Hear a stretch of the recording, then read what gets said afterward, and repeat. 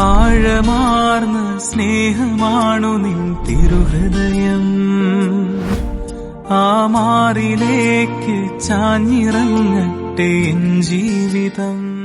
പ്രിയ സഹോദരങ്ങളെ, ഈശോയുടെ തിരുഹൃദയത്തിലെ മുറിവ് ഒരു ശാരീരിക മുറിവ് മാത്രമല്ല, അത് മനുഷ്യരോടുള്ള അവിടുത്തെ അതിരില്ലാത്ത സ്നേഹത്തിൻ്റെ അടയാളമാണ്. കുരിശിൽ തൂങ്ങിയിരുന്നപ്പോൾ ഒരു പടയാളി ഈശോയുടെ പാർശ്വത്തിൽ കുന്തം കൊണ്ട് കുത്തിയപ്പോൾ അവിടുത്തെ ഹൃദയം മുറിവേറ്റു. ആ മുറിവിൽ നിന്ന് രക്തവും വെള്ളവും ഒഴുകി. അത് മനുഷ്യരാശിക്ക് വേണ്ടി പൂർണ്ണമായി സ്വയം സമർപ്പിച്ച സ്നേഹത്തിൻ്റെ സാക്ഷ്യമാണ്. നമ്മുടെ ജീവിതത്തിലും മുറിവുകളുണ്ട്. നിരാകരണത്തിൻ്റെ മുറിവുകൾ, വേദനയുടെ മുറിവുകൾ, നഷ്ടങ്ങളുടെ മുറിവുകൾ, അങ്ങനെ പലതും. പലപ്പോഴും ഈ മുറിവുകൾ നമ്മളെ തകർക്കുന്നു. എന്നാൽ ഈശോയുടെ മുറിവേറ്റ ഹൃദയം നമ്മോട് പറയുന്നത് മുറിവുകൾ അവസാനമല്ല എന്നതാണ്. ദൈവത്തിൻ്റെ സ്നേഹം അവയെ സൗഖ്യമാക്കാനും അനുഗ്രഹമാക്കാനും കഴിയും.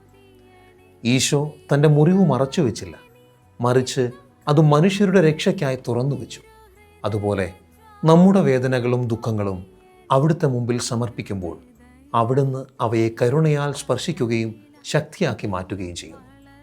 ഇന്ന് നമുക്ക് ഈ മുറിവേറ്റ തിരുഹൃദയത്തിലേക്ക് നോക്കാം.